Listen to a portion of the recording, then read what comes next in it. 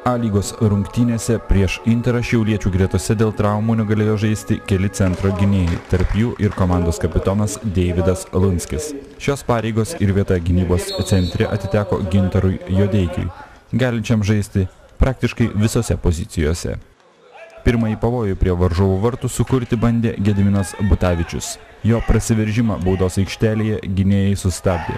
Teisėjo nuomonė – nepažeidė taisyklių. Netrukus Interas galėjo pelnyti įvartį. Brazilas Rinaldo smūgiavo iš arti, laimiai tiesiai į vartininką. Šiaulių atsakas buvo pavojingas Viktor Raskov smūgis galva po Intars Kirchners perdavimo. Baigiantis kėliniui, 2 kartus Giedriaus Arlauskio vartams grasino Rinaldo. Vieną jo smūgį puikių šuolių atrėmė vartininkas. Kitų bandymų kamuolys praskriejo šalia devyniukės. Pirmasis kėlinys baigėsi be įvarčių, o antrajame jų buvo įmušta net 5. Raskov kamuolį persivarė beveik nuo centro iki galinės linijos ir bandė jį perduoti Aleksandrui Zabarą, tačiau pavyko geriau nei norėta. Kamuolys neįtikėtina trajektorija pateko į vartus. Džiaugsmas Šiaulių fanų ir žaidėjų gretose. Dar kartą pirmasis įvartis. O čia sveikinimai Vaidui Šilėnui po antrojo Šiaulių įvarčio. Deja, paties įvarčio nepamatysite, nes 49 minutė matyt pati netinkamiausia keisti kameros akumuliatorių. Netrukus dar kartą pasižymėti galėjo Raskov, tačiau jo smūgį atrėmė vartininkas. Raskov nenurimo, dar kartą prasiveržė, tačiau šį kartą į vartus smūgiuoti patikėjo Mantui Kukliui. Šis juvelyriškai įsuko kamuolį į Intero vartus. Tai buvo pirmasis jo įvartis A lygoje.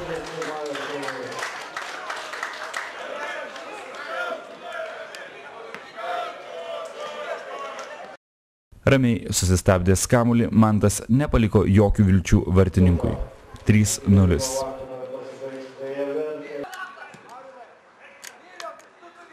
Viena iš nedaugelio Intero atakų vos nepasibaigusi įvarčių. O čia ketvirtoji sėkminga Šiaulių ataka. Raskov prasiveržė tarp 2 gynėjų ir tiksliai smūgiuoja į vartus. 8-ojo įvarčio proga komandos draugų sveikinimai.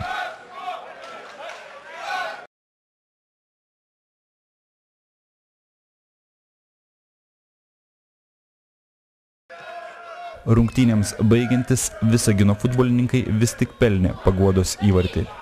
Pasižymėjo Nerijus Astrauskas. Pirmaujant 4-0, šiauliečiai šiek tiek atsipalaidavo ir paleido Intero puolėją. Pačioje pabaigoje po kampinio netiksliai galva smūgiavo Gediminas Butavičius. Galutinis rezultatas 4-1. Ir kaip įprasta po rungtynių, abipusės komandos ir fanų padėkos. Būtent jiems ir atitenka pirmojo komentaro teisė. Pirmas kėlinys buvo, aišku, sunkus, bet antras kėlinys tai buvo tikrai gražus kėlinys.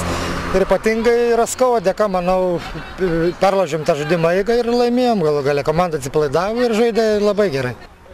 Dabar Šiaulių įvarčių autorių komentarai, taip pat trenerių mintis po rungtynių.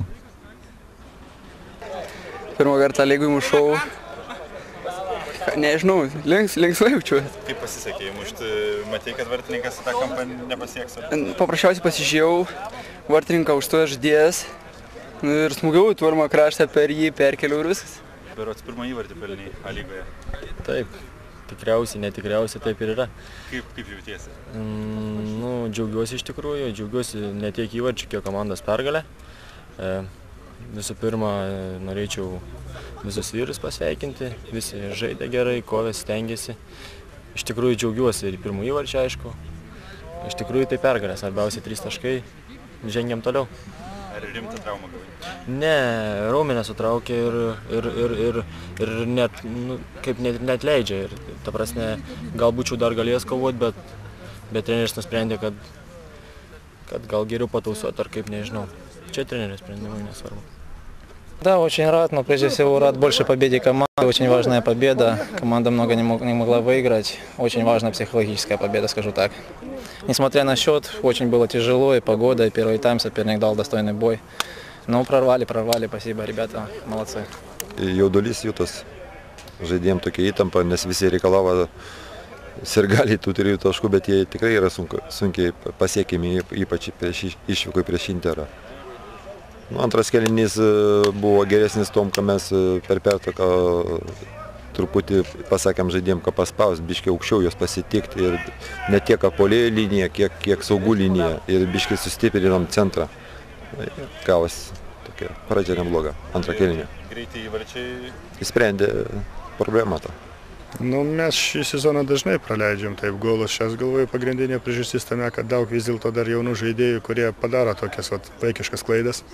Ir paskui tas žaidimas jau keičiasi mums ne į geresnę pusę. Taip ir šiandien buvo, nors ant pirmas įvartis toks, man atrodo, kuriozinis gan buvo. Ten žaidėjas, darydamas perdavimą, pataikė į vartus netyčiai. Paskui keletą klaidų ir išėjo, taip kaip išėjo. O pirmas kėlinys jūsų? Aš galvoju, gerai žaidėm pirmą kėlinį. Viską lėmė 2 įvarčiai greitai. Taip. Ačiū. Stipresni nugali, taip pasakyti galima.